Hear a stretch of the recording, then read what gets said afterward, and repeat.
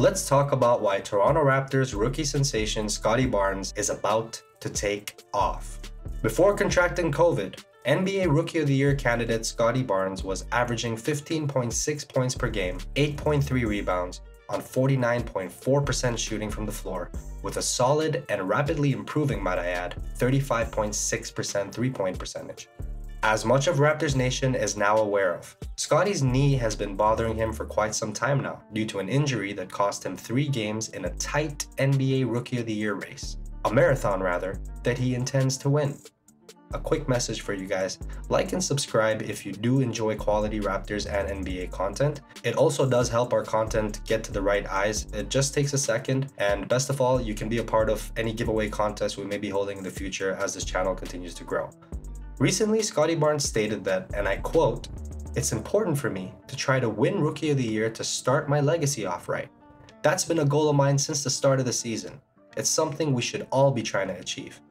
Unfortunately for Scottie, however, he has slipped to number 3 in the most recent NBA KO rookie ladder. And because he has had to sit out games due to COVID protocol, his knee tendinitis was aggravated, leading to more missed games, which wouldn't exactly help the cause when it comes to trying to win the NBA Rookie of the Year race.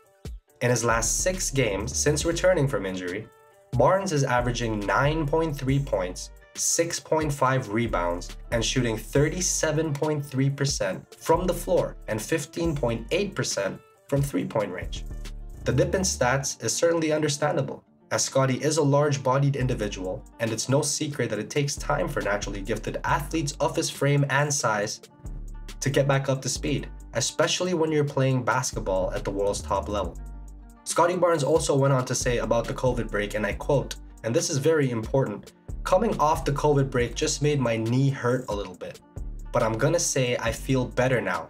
But of course, just coming back, I can't really run as well, I can't jump as well, do certain things as well as I could." And Barnes said this on Friday. He furthermore went on to say that, "I wouldn't say I'm up to speed. I'm up to the physicality and things like that. It's just me getting back into it. Just being able to trust my body. Just trust how it's feeling." Not only has Barnes had his sights set on the Rookie of the Year award since being drafted 4th overall in this last year's draft, but he has proven that his versatile skill set and early season dominance as a Swiss Army knife, do-it-all, multifaceted, 2-way, 3-level scoring threat was no fluke. Now here's something super important that I want to point out, which I personally think sets Scottie Barnes apart from all other rookies in this class, aside from, of course, Evan Mobley. And there are 2 points I want to make here. Since key players such as OG Anunoby and Pascal Siakam are back with the team in full stride, and soon GTJ, Gary Trent Jr. will also be back with the team, this has altered, but definitely not lessened, Scottie's role on the offensive side of the ball. Any significant change such as this, especially for a young rookie at the highest level of basketball, would in the majority of cases require adaptation time.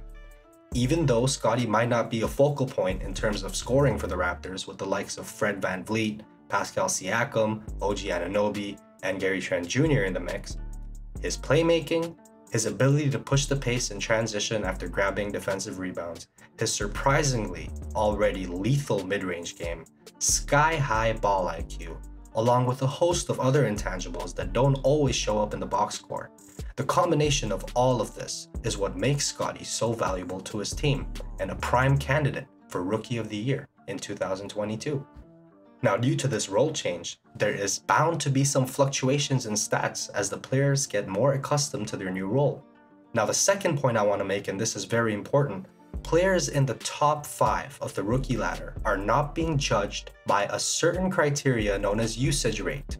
Now, some of you know this and some of you don't know this, but usage rate is how much a player is being used in the NBA, and they use a percentage system to calculate this. When it comes down to it, numbers don't always tell the whole story when trying to assess a player's Rookie of the Year candidacy. The more minutes one plays, the more stats they can pad, and this is of course obvious. We know that stats are a huge factor in the Rookie of the Year race.